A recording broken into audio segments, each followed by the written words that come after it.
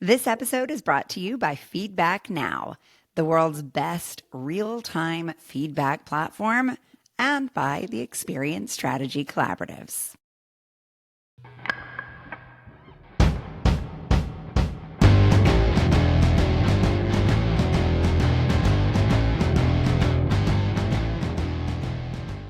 Welcome to the Experience Strategy Podcast with Joe Pine, author of The Experience Economy, Dave Norton, an experienced futurist and founder of Stone Mantle, and me, Aranza Savas, an expert in coaching, motivation, and behavior change.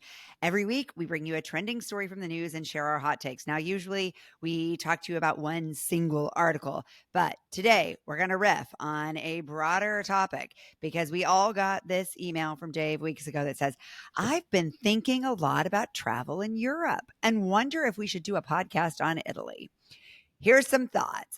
Venice is bought by Bezos and Sanchez for a wedding. Lots of controversy. Good, bad for Italy? Who knows? 2, Americans worry about conflict with Europeans. Some locals are squirting tourists with water guns. There are also political chants involved in this. And number 3, why aren't people buying $1, €1 villas in Italy like they used to? And 4, how does a destination country become a place that's vibrant for both citizens and visitors? We'll share a few links in the stories that we all looked at as source for this conversation. But really, that last question is the one we want to explore with you today. Not just because we think we should all go to Italy, although Joe has made clear the point that everyone should do Italy, but because we believe there are lessons here, both for domestic and international travel, but also experiences in general. So, Dave, you kicked this topic off. And even though it is really early where you are, and you're probably the sleepiest of all of us, we're starting with you today. I love Italy. I lived in Italy for 2 years. I speak Italian. You sing in I Italian. I Can do you do the speak. rest of the podcast in Italian? Certo, se volete, io vi posso parlare.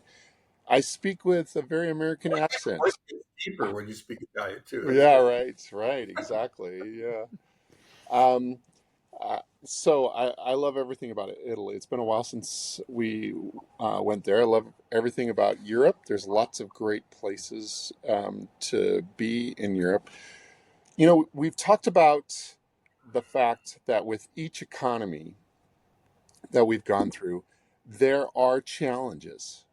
So when we were in a goods-based economy, there were serious challenges. There were child labor laws that had to be addressed. Manufacturers had to, uh, labor unions kind of happened at that time when we went into a service economy.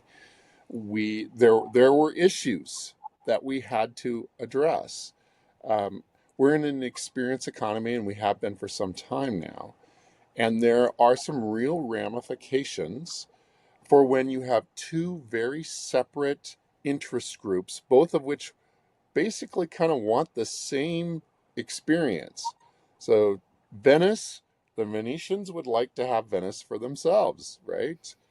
The, No, they really wouldn't. no, you don't think so? Okay, well, No. whatever say Most, it is, most, most people who live in Venice depend on the tourists. okay. But at the same time, you've got these big cruise ships that show up Right. and they overpopulate the entire area.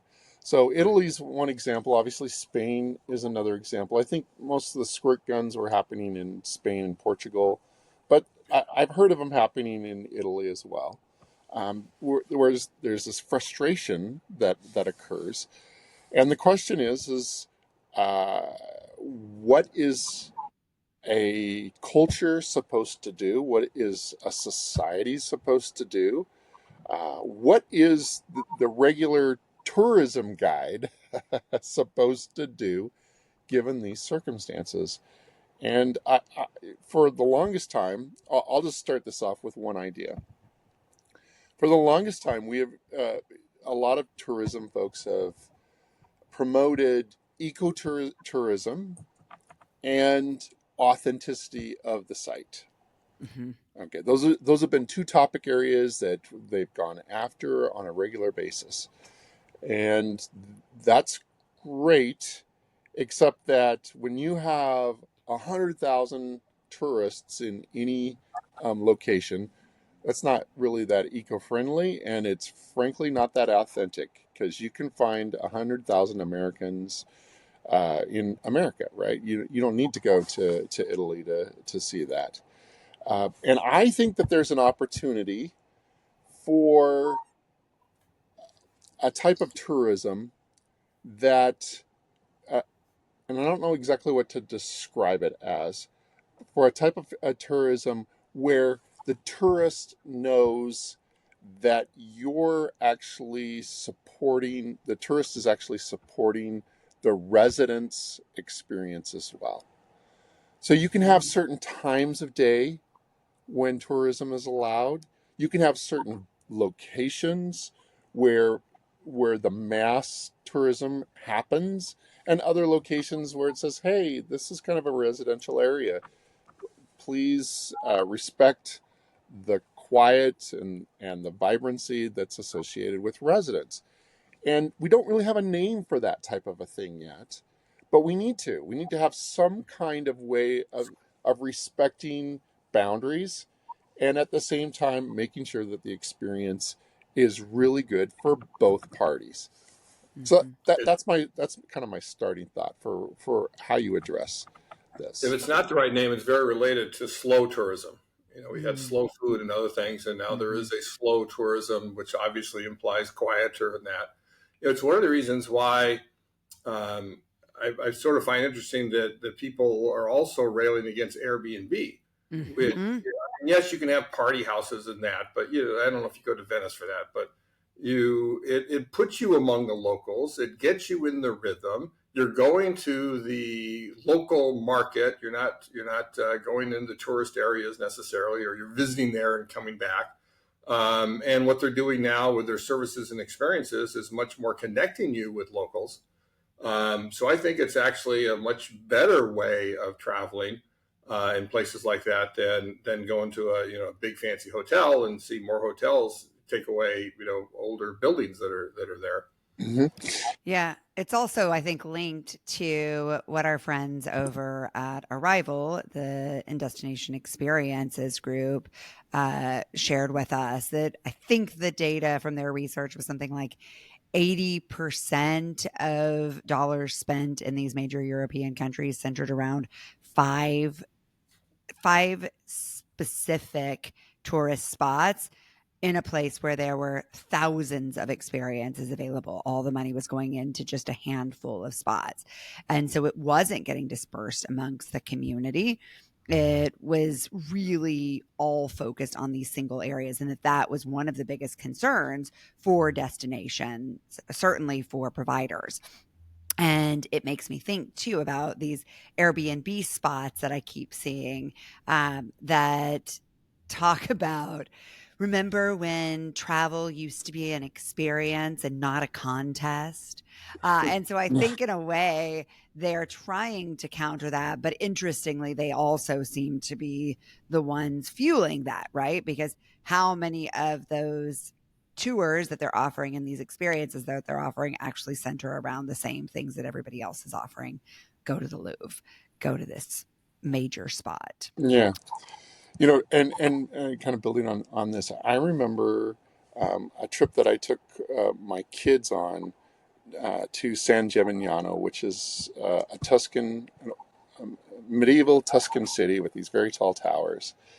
And we actually stayed um, in the town, which most people don't. So there is this interesting dynamic that we got to see where during the day the tourists kind of came through, and then after all of the buses left, the city kind of came to life, and it was a fascinating thing, and we loved it. And I think San Gimignano, because they're not building any new buildings in San Gimignano, I can tell you that, um, because they have control over the size, the number of homes that are there, and the growth. they're able to kind of reach that very interesting balance between the two, which is a great thing. Well, I A great think thing. part two of what these towns are struggling with is how fickle our tastes have become. Mm, So instead of there being, these big, well known tastemakers out in the world where you could, get a profile in the New York Times that says your restaurant is amazing and ride off that for decades. Now it's one TikTok influencer says this spot is amazing. It starts trending. It has a huge moment. They have to hire a bunch of people. They have to set up a bunch of systems. They have to invest a ton of capital. And then the next tastemaker comes along the next week, the next month, the next year, and says, no, this is the spot. And all of that traffic and energy redirects. And so it feels like it's got to be so challenging for these people to meet demand without losing their shirts in the long term. We know how much clutter there is in experience data and how hard it is to pinpoint the real issues. That's why we're so excited to introduce you to our strategic partner, Feedback Now, the world's best company for real-time feedback. You've heard us talk about contextual insights and understanding customer situations. Well, that's exactly what Feedback Now does. They process over 130 million customer opinions each year in over 50,000 unique locations around the world.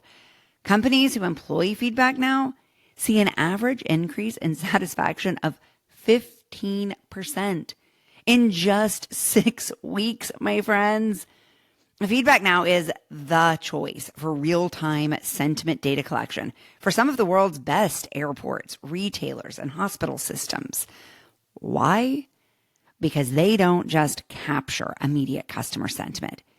They help you see the patterns in your data. No amount of AI can compensate for not having real customers giving you real-time insights into your experience.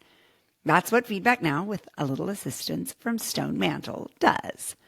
And friends, I am happy to announce that Feedback Now and Stone Mantle's Insights teams are giving away a free pilot program to one lucky listening company. All you have to do is go to their website, which we've listed in the show notes, share your idea for a real-time data project that you wish someone would help you with.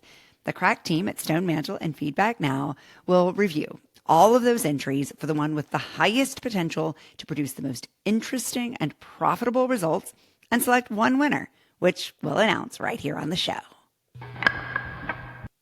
and this takes me to the next topic that I kind of think we need to companies need to address this, societies need to address this.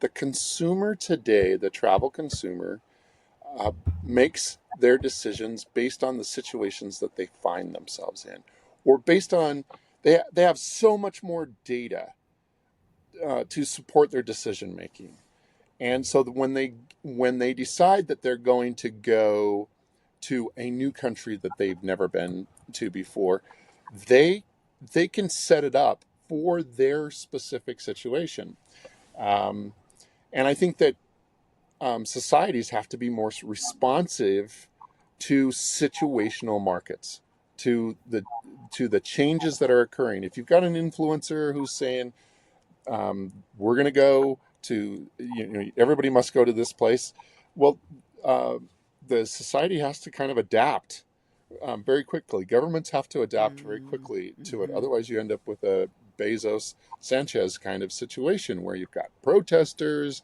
that are outside, and uh, you've got some craziness, and that is, to me, is an example of how we have to So adjust. are you thinking more of a collective model where, like, we know Venice is going to have hot spots, so let's all work together to staff them and get Yeah, them set exactly. up for success and ready to pivot for the next one? Ready to So pivot for the instead of next the one, and we individual, the collective as a tourist economy in each that individual destination. exactly, and you need to have governmental people who are event people who can liaison with the tourism folks and very quickly adjust and adapt to what's going on. And I do think that there is some value that's being created from that. And I do think that tourists should pay for that value.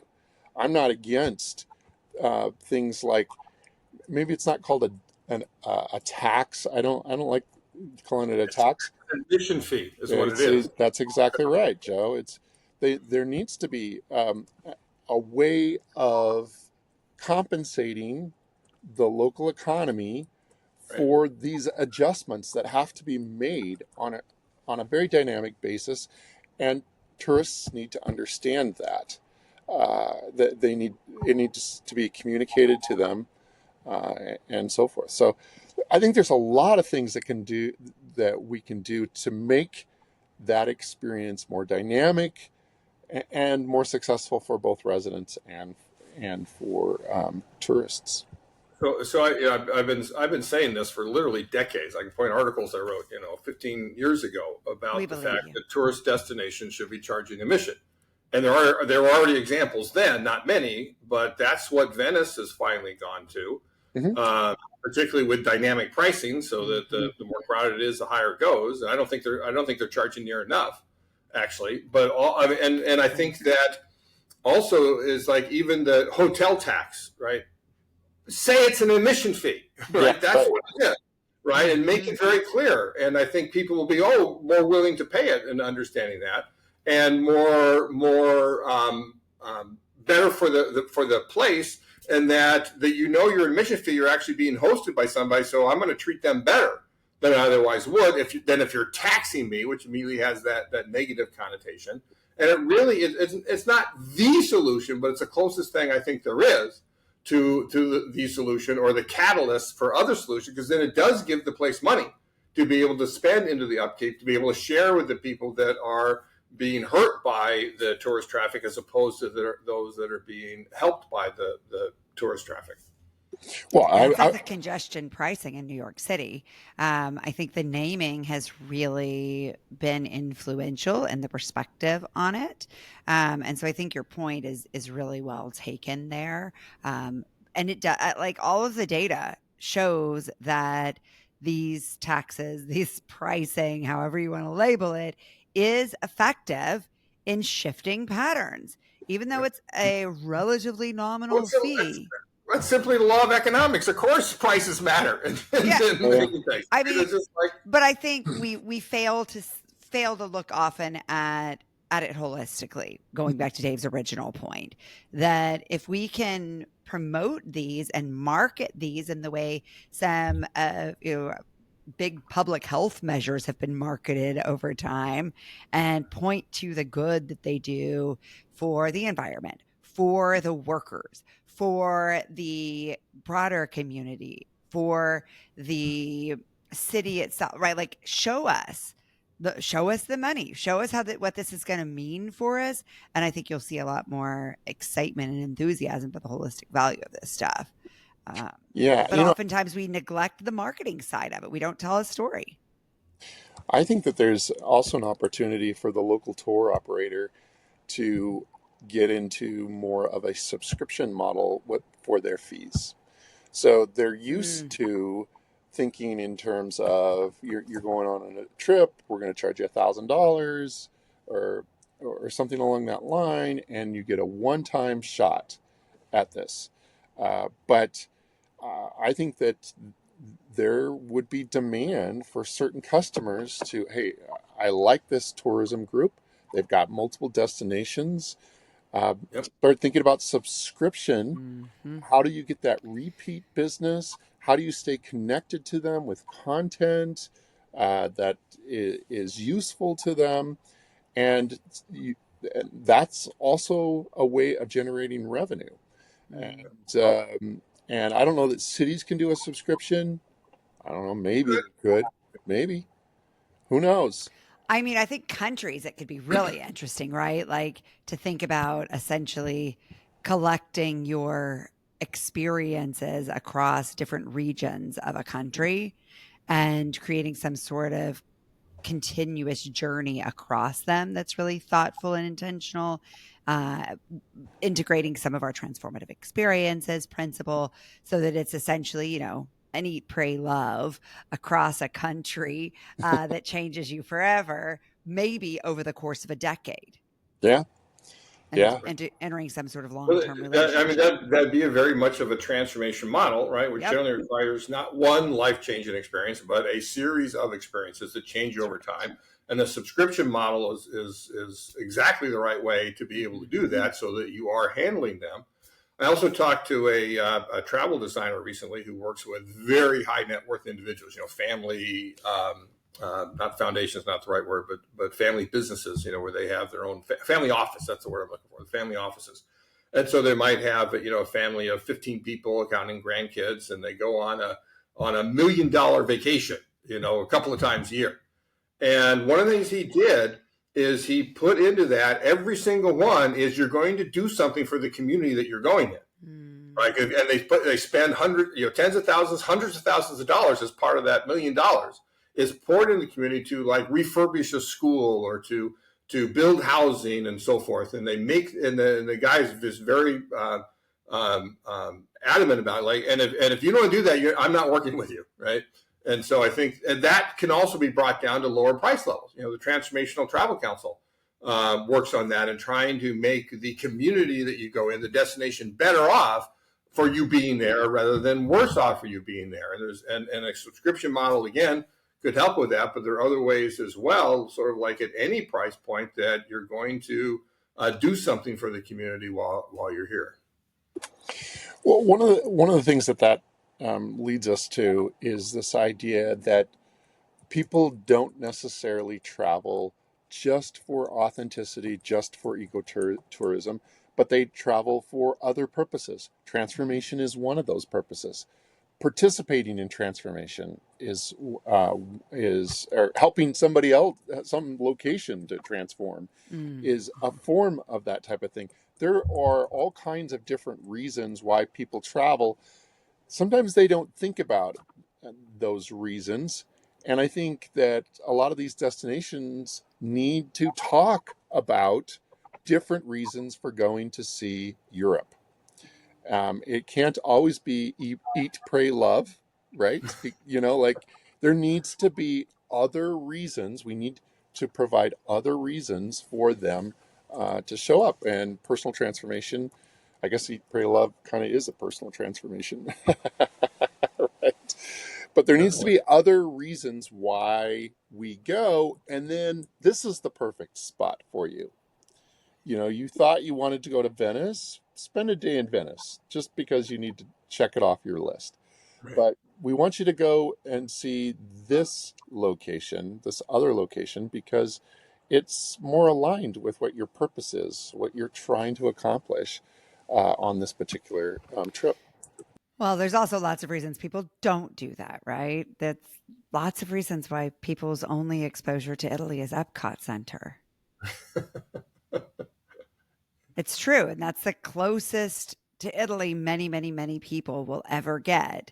And there's lots of reasons for that. And so I think, too, thinking about who your traveler is, what their comfort level and their needs are, so that you meet them where they are, whether they're a seasoned traveler who's been around the world and just wants to go deeper and immerse further, and the people who are just sticking their toes in the water for the first time and are scared out of their minds. Yeah.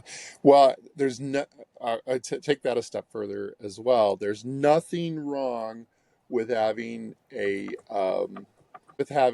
theme park with roller coasters in a destination.